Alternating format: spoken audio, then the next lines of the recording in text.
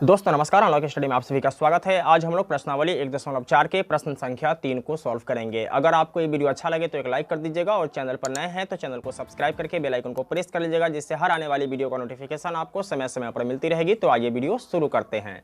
प्रश्न संख्या 3 है, कुछ वास्तविक संख्याओं के दशमलव प्रसार नीचे दर्शाए गए हैं। प्रत्येक स्थिति के लिए निर्धारित कीजिए कि यह संख्या परिमेय संख्या है या नहीं है।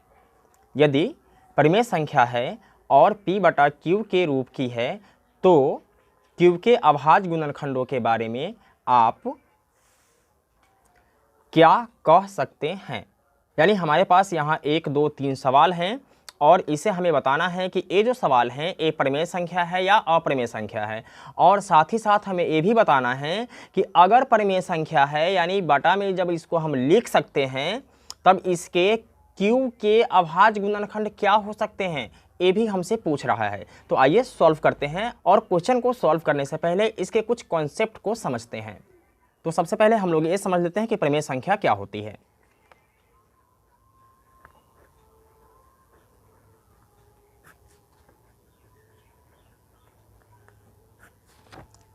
तो परिमेय संख्या हम उस संख्या को कहते हैं जिसे हम क्या करते हैं कि p/q के रूप में लिख सकते हैं, यानी जिसे हम बटा के रूप में लिख सकते हैं। तो ऐसी संख्या को हम क्या कहते हैं, परिमेय संख्या कहते हैं। जैसे कि मान लीजिए कि अगर कोई संख्या 2/5 है, ठीक है, तो इसका मतलब है कि ये संख्या परिमेय संख्या है। अच्छा, एक चीज़ और, ऊपर वाले संख्या में जब हम नीचे वाले संख्या से भाग देंगे ना तो ये संख्या कट जाना चाहिए, ठीक है। यानी दशमलव के कुछ स्थानों के बाद जाकर के इस संख्या कट जाता है, तब हम ऐसी संख्या को क्या कहते हैं, परिमेय संख्या कहते हैं। अगर मान लीजिए कि अगर ये संख्या नहीं कटता है तो इसका मतलब है कि ये संख्या रिपीट हो।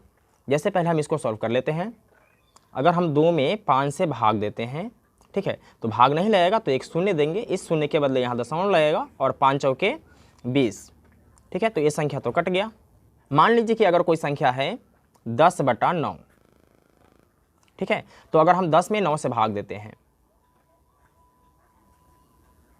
तो 9 एकम 9, 10 में से 9 जाएगा तो 1, फिर 0.9 एकम 9, 10 में से 9 गया 1, ठीक है। इस तरीके से क्या होगा कि ये आता रहेगा, 1 आता रहेगा, ठीक है। तो यहाँ 1 क्या हो रहा है कि रिपीट हो रहा है, तब ऐसी संख्या को भी हम परिमेय संख्या कहेंगे। या तो वो संख्या पूरा कट जाए दशमलव के बाद कुछ स्थानों के बाद जा करके, या तो वो संख्या रिपीट हो। तो जो संख्या कट जाता है या जो संख्या रिपीट होता है वैसी संख्या को हम परिमेय संख्या कहते हैं, ठीक है। और जो संख्या रिपीट नहीं होता है, जैसे कि मान लीजिए अगर कोई संख्या है और ये संख्या आ रहा है 1 ठीक है 0.5, ठीक है, यहाँ आ गया 2.05, यहाँ आ गया 3.05, ठीक है। तो यहाँ क्या हो रहा है कि ये संख्या रिपीट नहीं हो रहा है, ठीक है। अगर ये संख्या अगर रिपीट होता तो कैसे होता कि 1.05, 0.5, 0.5, इस तरीके से ये संख्या रिपीट होता, ठीक है। तो अगर ये रिपीट होगा तो परिमेय होगा, अगर रिपीट नहीं होगा और इसी तरीके से अगर आगे बढ़ता चला जाएगा तब हम ऐसी संख्या को अपरिमेय संख्या कहते हैं। उम्मीद करते हैं कि आप ये समझ गए होंगे। आइए अब सवाल को सॉल्व करते हैं। अब यहाँ देखिए प्रश्न संख्या 1 क्या है, 43.12345678 और 9 तक आते आते ये संख्या पूरा का पूरा कट गया। तो इसका मतलब है कि ये संख्या क्या होगी, परिमेय संख्या होगी। क्या होगी, परिमेय संख्या होगी, परिमेय संख्या, ठीक है। अब हमें यहाँ ये बताने के लिए कह रहा था कि अगर ये परिमेय संख्या है यानी इसको जब हम बटा में लिख सकते हैं तो q के अभाज्य गुणनखंडों के बारे में आप क्या कहेंगे। अगर मान लीजिए कि अगर इसको हम बटा में लिख सकते हैं p/q के रूप में, ठीक है ना, तो नीचे क्या होगा q के जगह पे। तो यहाँ हम क्या देखते हैं, हर यानी नीचे वाली संख्या में जितने शून्य की संख्या होता है उतने ही अंक से पहले ऊपर में दशमलव लगता है। तो यहाँ हम गिनती कर लेते हैं, 1, 2, 3, 4, 5, 6, 7, 8, 9, कितने अंक हैं, 9 अंक है। तो यहाँ हम लिख सकते हैं कि 10⁻9, ठीक है। यही मेरा फाइनल क्या हो जाएगा, आंसर हो जाएगा। अब आगे बढ़ते हैं और दूसरे प्रश्न को देखते हैं। तो दूसरा प्रश्न है मेरे पास 0.12, फिर है 1200, फिर है 120000, फिर 12 4 जीरो। अब यहाँ क्या हम देख रहे हैं कि कोई भी संख्या रिपीट नहीं हो रहा है, और रिपीट हो रहा है तो कैसे हो रहा है, 1 जीरो बढ़ा, फिर यहाँ 2 जीरो बढ़ गया, फिर यहाँ 3 जीरो बढ़ गया, फिर यहाँ 4 जीरो बढ़ रहा है। इसी तरीके से क्या होगा कि आगे जाके 5 जीरो बढ़ेगा, फिर 6 जीरो बढ़ेगा, ठीक है ना।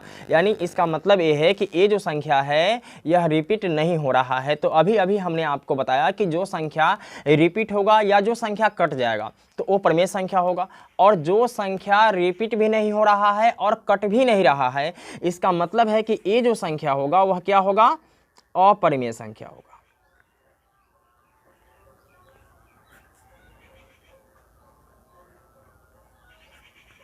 अब आगे बढ़ते हैं और प्रश्न संख्या 3 को देखते हैं। तो प्रश्न संख्या 3 है 43.1 2 3 4 5 6 7 8 9 और इसके ऊपर बार लगा हुआ है। तो इसका मतलब ये है कि इतने संख्या जो है वह क्या हो रहा है, रिपीट हो रहा है, ठीक है। तो हमने आपको बताया कि जो संख्या रिपीट होगा वह क्या होगा, परिमेय संख्या होगा ना। तो लिख लेंगे परिमेय संख्या, परिमेय संख्या। अब साथ ही हमें ये भी कह रहा है कि जो परिमेय संख्या है उसे आप p बटा q के रूप में लिख सकते हैं। तो q के अभाज्य गुणनखंड के बारे में आप क्या कह सकते हैं, तो आइए इसको अब p बटा q के रूप में लिखते हैं और इसके q के अभाज्य गुणनखंड के बारे में बताते हैं। चलिए मान लीजिए कि अगर कोई संख्या है, मान लीजिए कि अगर वो संख्या है 10/9, तो जब आप 10 में 9 से भाग देंगे तो क्या आएगा। तो अगर हम 10 में 9 से भाग देते हैं तो 9 एकम 9, 10 में से 9 गया 1, फिर 0.9, 9 एकम 9, फिर 1, फिर 0, 9 एकम 9, फिर 1, फिर 0, 9 एकम 9।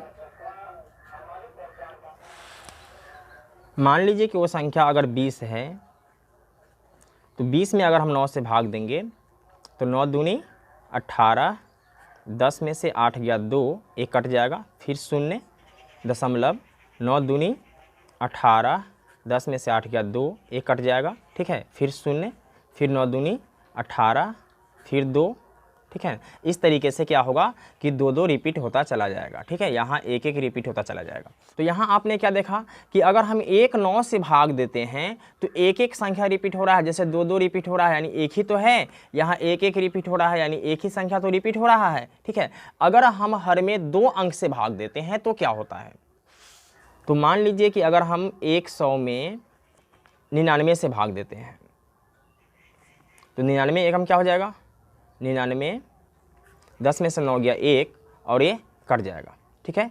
फिर 0 लगाएंगे, नहीं लगेगा तो उसके बाद दशमलव, फिर 0 लगाएंगे, फिर 0 देंगे।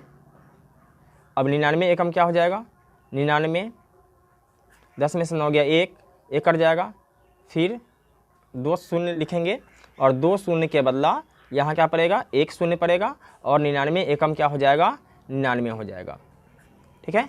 अब यहाँ 1 कट गया, फिर 2 शून्य, फिर 1 शून्य, फिर 99 एकम 99। तो यहाँ आप क्या देख रहे हैं कि अगर हम हर में 2 9 रखते हैं तो 2 संख्या रिपीट हो रहा है, ठीक है। अब और यहाँ कितनी संख्या रिपीट है, 1 2 3 4 5 6 7 8 9, तो यहाँ 9 संख्या जो है वह रिपीट हो रहा है। तो इसका मतलब ये है कि हमें 9 बार 9 से भाग देना पड़ेगा, ठीक है, यानी हर में 9 बार 9 लिखना पड़ेगा, ठीक है। तो यहाँ हम इसको कर सकते हैं कि p बटा q, ठीक है ना, और p को तो वैसे ही रहने देना है और q के जगह पे क्या करना है कि 9 बार 9 लिख देना है, ठीक है। यानी आप यहाँ कर सकते हो q कितने बार है, 9 जो है वो कितने बार हो जाएगा, 9 बार हो जाएगा, ठीक है। तो इस तरीके से फाइनली मेरा आंसर हो जाएगा। तो दोस्तों मैं उम्मीद करता हूं कि ये वीडियो आपको समझ में आ गया होगा। फिर मिलते हैं एक और वीडियो में। और हाँ, इससे पहले का वीडियो आप लोगों ने नहीं देखा है तो अनलॉक स्टडी के प्लेलिस्ट में जाकर इससे पहले का सारा वीडियो देख सकते हैं। तब तक के लिए जय हिंद।